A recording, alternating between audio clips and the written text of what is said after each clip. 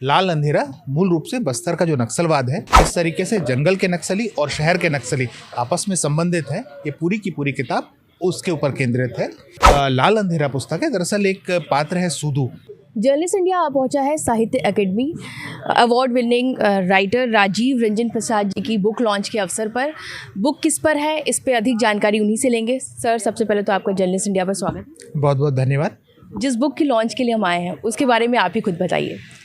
मेरी किताब है लाल अंधेरा, जिसके ऊपर आज परिचर्चा थी।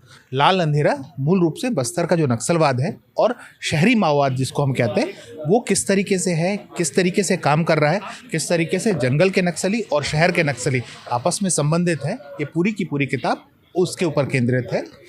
जो लाल अंधेरा पुस्तक है, दरअसल एक पात्र है सूदू, उसके इर्द गिर्द बुनी गई है कि किस तरीके से बस्तर के जंगलों में, जो बस्तर महाराजा प्रवीर चंद्र भंजदेव हुआ करते थे 1967 में, तो वो उनका अर्दली हुआ करता था। फिर वहाँ से वो किस तरीके से परिस्थितियाँ बदली, इतिहास बदला, समय बदला, और माओवादी जब अंदर आए तो बस्तर को उसने किस तरीके से बदलता हुआ पाया, उसका समाज कैसे बटा, उसका परिवार कैसे बटा, और आज की परिस्थिति, ये सब कुछ उस किताब में स्पष्ट किया गया है। आप खुद भी बस्तर से आते हैं, बस्तर में कितना परिवर्तन हुआ है? जैसे नक्सलवाद की अगर बात करें तो नक्सलवाद ने बहुत कुछ बर्बाद किया, कितना बदला है इतने सालों में बस्तर? देखिए, मैं बस्तर, इस पुस्तक को लिखने के पीछे का उद्देश्य मेरा ये था कि लोग जान पाएँ कि बस्तर कैसे बदला है, क्योंकि हमने बस्तर का स्वर्ण युग देखा है, हमने बस्तर में उसको बदलते हुए और उसको नर्क होते हुए भी देखा है। माओवादी जब बस्तर के भीतर में आए तो उनको ऐसा लगता था जैसे कि, या हमको भी ऐसा लगता था कि शायद कहीं पर कोई क्रांति हो रही है या कोई बदलाव आने वाला है। धीरे धीरे हमें समझ में आया कि ये लोग तो वो डाकू हैं जिनका उद्देश्य यहाँ की संपदा की रक्षा करना नहीं, बल्कि यहाँ के संपदा का अदृश्य हाथों से दोहन करना है। उनका उद्देश्य यहाँ पर जल, जंगल और ज़मीन की बात करना नहीं है, बल्कि यहाँ के जल, जंगल और ज़मीन की आड़ में आतंकवाद का पोषण करना है। तो इस चीज़ को हमने लगातार बदलते देखा।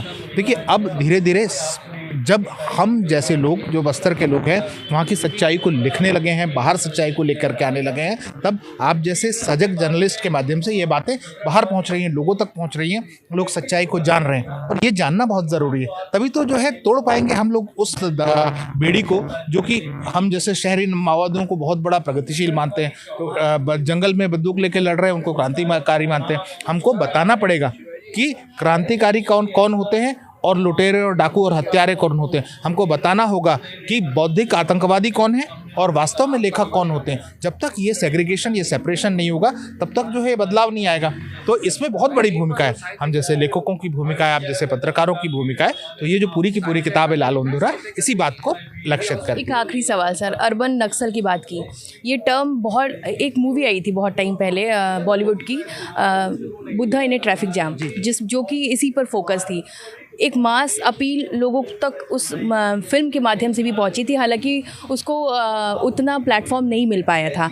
तो अर्बन नक्सल है क्या? जी देखिए, Buddha in the traffic jam का आपने उदाहरण लिया, तो मैं वहीं से एक उदाहरण लेता हूँ। देखिए कि ऐसा क्या है कि गाँव का में पढ़ाने वाला एक हिंदी का अध्यापक कोंडापल्ली सीतारमैया बन जाता है और PWG खोल लेता है और बंदूक लेकर के लड़ने लगता है।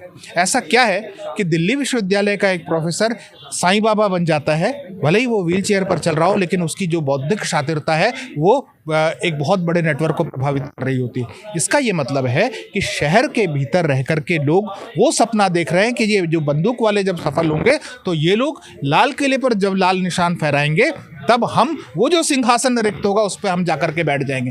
तो आपको इस बात को समझना होगा, ये लड़ाई पूर्ण रूपेण राजनीतिक है, हमको दिखाई नहीं दे रही, हम इसको बौद्धिक समझ रहे हैं, हम ये समझ रहे हैं कि जल जंगल जमीन की कोई एक लड़ाई चल रही है। दरअसल ये पूरी तरीके से राजनीतिक लड़ाई है, जो एक तरफ बंदूक से और दूसरी तरफ से कलम से लड़ी जा रही है। जो लोग कलम से लड़ रहे हैं वो बौद्धिक आतंकवादी है या शहरी नक्सली है। बहुत बहुत धन्यवाद सर, और आपकी किताब के लिए बहुत सारी शुभकामनाएं जर्नलिस्ट इंडिया की तरफ से। तो सुना आपने, राजीव जी ने हमें बताया कि अर्बन नक्सल आखिर है क्या और उनकी किताब को क्यों पढ़ना चाहिए। बाकी देश दुनिया से जुड़ी तमाम छोटी बड़ी अपडेट्स आप जर्नलिस्ट इंडिया की वेबसाइट पर जाकर भी पढ़ सकते हैं। लॉगिन करें www.journalistindia.com और .in। बाकी सभी social media platform X, Facebook, LinkedIn और इंस्टाग्राम पर भी आप हमें फॉलो कर सकते हैं। जर्नलिस्ट इंडिया के लिए दिल्ली से नैन्सी वाजपेयी पांडे की रिपोर्ट।